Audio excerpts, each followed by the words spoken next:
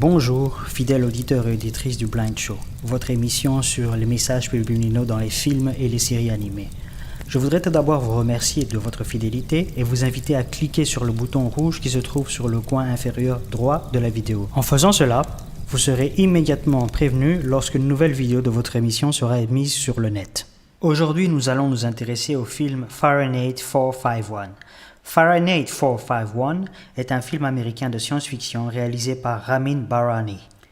La première diffusion du film a été faite le 19 mai 2018 au Festival de Cannes. Le film est issu d'un roman de science-fiction dystopique de Ray Bradbury publié en 1953 aux États-Unis. Il obtient le prix Hugo du meilleur roman en 1954. Le film n'a pas encore été distribué dans toutes les salles de cinéma à l'heure actuelle en Europe. Il est donc impossible de savoir le chiffre d'affaires qu'il a généré. Néanmoins, il existe encore la première version du film réalisée en 1966 par le cinéaste français François Truffaut qui est actuellement disponible. Celle-ci est différente dans certains détails de l'actuelle version réalisée cette année en 2018. Le titre du film Fahrenheit 451 fait référence au point d'auto-inflammation du degré Fahrenheit du papier. Cette température équivaut à 232 degrés. Rentrons maintenant dans le vif du sujet, c'est-à-dire la thématique du film. Le film aborde un futur sombre à la sortie de la guerre civile, dans laquelle la plupart des livres de lecture sont interdits et les seules lectures autorisées sont limitées à Internet. Les pompiers, qui font partie du ministère, ont pour ordre de brûler tous les livres détenus par la population. Les livres sont interdits car ils provoquent la maladie mentale. La population est placée sous une dictature autoritaire où la culture n'a pas sa place. Lire, penser, écrire, s'instruire est condamné par l'autorité. Parmi les pompiers, il y a Guy Montag, un pompier compétent et prometteur qui poursuit son travail sans se poser des questions. Il croit ainsi pouvoir succéder de manière honorifique sur les traces de son père, dont il sert et protège la société. Tout cela va changer quand il va rencontrer Clarisse, qui va le défier dans ses actions et dans ses convictions, en partageant avec lui une partie de l'histoire réelle de l'Amérique, ainsi que la montée du totalitarisme dans lequel ils vivent. Il décide alors de se rebeller et décide d'aider la rébellion du groupe de Clarisse avec laquelle il va graduellement une relation amoureuse. Cette dernière a un plan pour reproduire les informations dans le livre à travers les animaux. Son groupe rebelle a encodé des livres dans l'ADN de l'oiseau afin qu'il puisse s'enfuir et répandre le savoir qui est stoppé par les pompiers. Montag sera confronté à son supérieur, car celui-ci va découvrir qu'il est en relation avec ce groupe de rebelles du savoir. Leur maison sera découverte par les pompiers. Montag trouve l'oiseau et y place un transpondeur pour qu'il puisse trouver son chemin vers les scientifiques du Canada. Le capitaine Beatty le confronte et tente de l'arrêter, mais bizarrement, il permet à l'oiseau de s'envoler. Après que Montag ait libéré l'oiseau, Betty le brûle vif dans un accès de rage. Les tourneaux arrivent au Canada et se joignent à un immense troupeau des tourneaux. Commençons avec la représentation subliminale de chaque personnage. La plupart des personnages principaux représentent différentes parties et aptitudes psychiques et spirituelles chez l'être humain. Michael représente la conscience, c'est-à-dire l'état inconscient qui va passer à l'état de conscience. Il représente aussi donc la capacité de se remettre en question. Michael représente aussi l'aptitude de l'audace, car il ose contredire le mode de fonctionnement du système dans lequel il se trouve. Michael représente aussi la capacité à agir, c'est-à-dire le courage d'être dans sa foi, dans sa vérité et dans sa conviction. Clarisse. Clarisse représente quant à elle la flamme intérieure enfouie en soi. Elle est la lumière qui va éveiller Michael. Elle représente donc l'éveil à soi-même. Le capitaine Beatty. Le capitaine Beatty représente quant à lui la soumission. Bien qu'ayant la capacité de lire, d'écrire et surtout de se questionner, il se soumet à la règle sans répondre à l'angoisse dont il manifeste tout au long du film. Le capitaine Beatty symbolise aussi la société qui, bien que technologiquement et scientifiquement développée, n'arrive pas à se soustraire de ses angoisses perpétuelles. Le papier représente le corps physique de l'être humain. Le graffiti représente quant à lui l'incarnation divine de l'âme dans le corps de l'être humain. Le papier et le graffiti, donc l'écriture, forment le livre. Le livre symbolise donc l'expérience de l'être humain à travers son vécu. C'est pourquoi on le brûle. On brûle donc le livre. Donc symboliquement, on brûle la vie des êtres humains car ils sont maintenus dans une prison mentale dans lequel il y a des ténèbres constantes et permanentes. Subliminalement, chaque être humain représente donc un livre. Cette scène sera parfaitement illustrée par le fait que chaque personne du camp rebelle portera le nom d'un livre. Le feu symbolise l'illumination de la pensée, la présence du pouvoir de l'esprit. Il symbolise également le nettoyage et la purification. Tout au long du film, tout est toujours sombre et lourd. En effet, tout au long du film, c'est toujours la pleine nuit. Il y fait toujours noir et sombre. Cette atmosphère amène une lourdeur et une pesanteur dans le film. Celle-ci représente l'état inanimé au niveau psychique et psychologique des habitants de la ville. Ces ténèbres constantes représentent la partie inanimée du monde artificiel dans lequel la population est plongée. Déconnectées de la nature et surtout de leur nature intrinsèque, les personnes existent à travers le diktat totalitaire des nouvelles technologies. Ils sont comme des clones, des zombies sans âme. Alors, imaginez une expérience inédite. Je suis en train de vivre un truc de dingue. Où l'on vous propose de créer votre homme idéal. Waouh, il est beau! Oh, j'adore. Je suis en kiff devant un avatar. Ou votre femme idéale. Et de le rendre réel. C'est pas possible, c'est une blague. Dans Game of Clones, chaque célibataire va rencontrer non pas une, mais 8 copies conformes de son idéal, qui ont toutes accepté les règles de cette incroyable expérience. La même taille, le même physique. J'en crois pas mes yeux. Waouh! Je suis comme ça, je louche, je sais plus regarder. 2 secondes.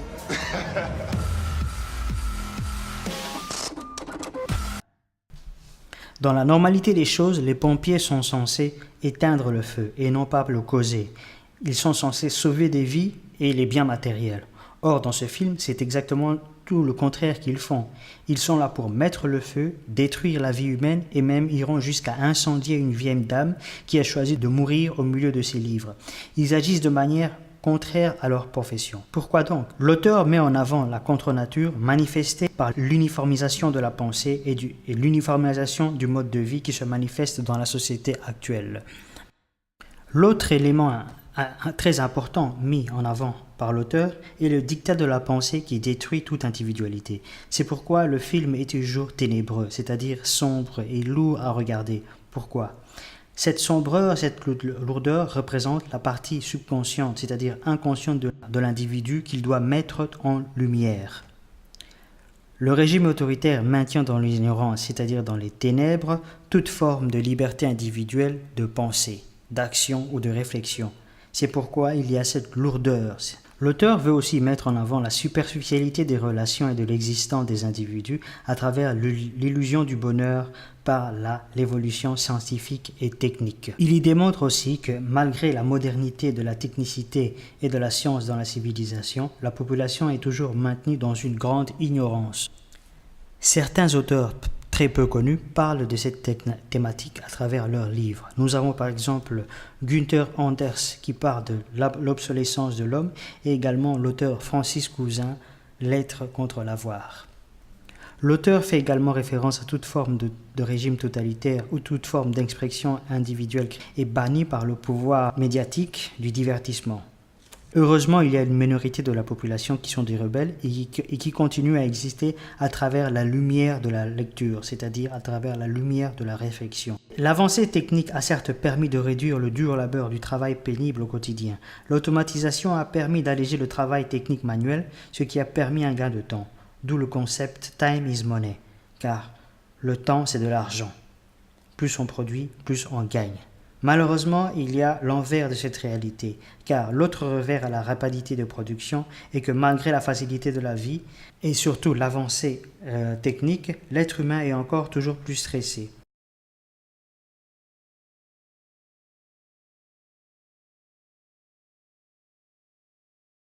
Le grand direct de la santé avec Jean-Marc Morandini.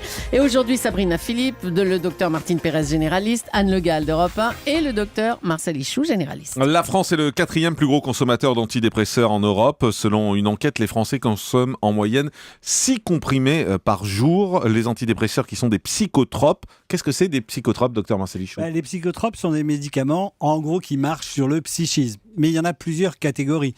Parmi les psychotropes, vous avez les tranquillisants, vous savez, ces médicaments qui vous apaisent. Vous avez des neuroleptiques qui sont des médicaments beaucoup plus agressifs, plus forts sur des maladies qu'on appelle les psychoses. Et puis, vous avez les antidépresseurs. Et enfin, les thymorégulateurs. Alors, Aux États-Unis, il y a une augmentation massive chaque année des maladies psychiatriques et psychosomatiques qui sont dues à une déconnexion de l'être dans son environnement et dans sa réalité. La promesse de la science et surtout de la technicité qui promet un monde parfait dans le futur est un paradis artificiel. L'être humain y perd sa capacité de discernement et surtout de libre choix. Le film met ici en avant la prison mentale qui détruit l'esprit critique et la capacité de l'être humain de se libérer.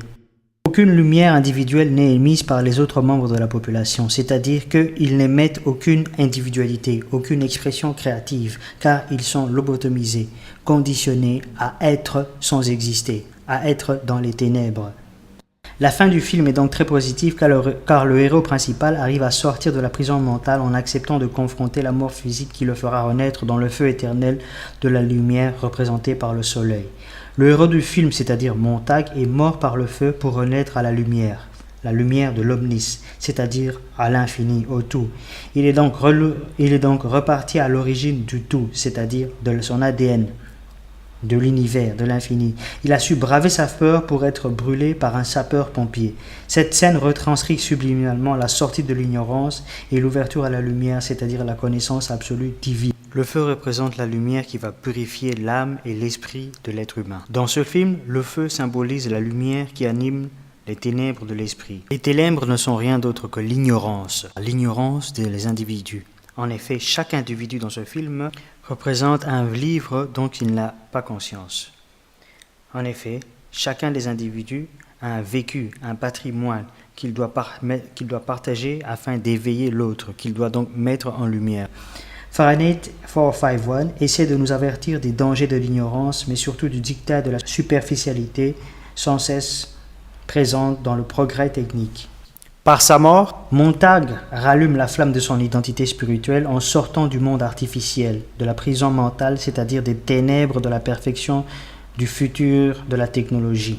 Le feu du capitaine Betty a certes brûlé son corps physique, mais a libéré son âme et également celle des autres habitants par l'oiseau. L'oiseau représente la nature spirituelle divine dans l'être humain, qui est retourné à l'omnis, c'est-à-dire l'unité au tout. Merci d'avoir écouté votre émission des messages subliminaux et nous nous donnons rendez-vous pour l'analyse du prochain film.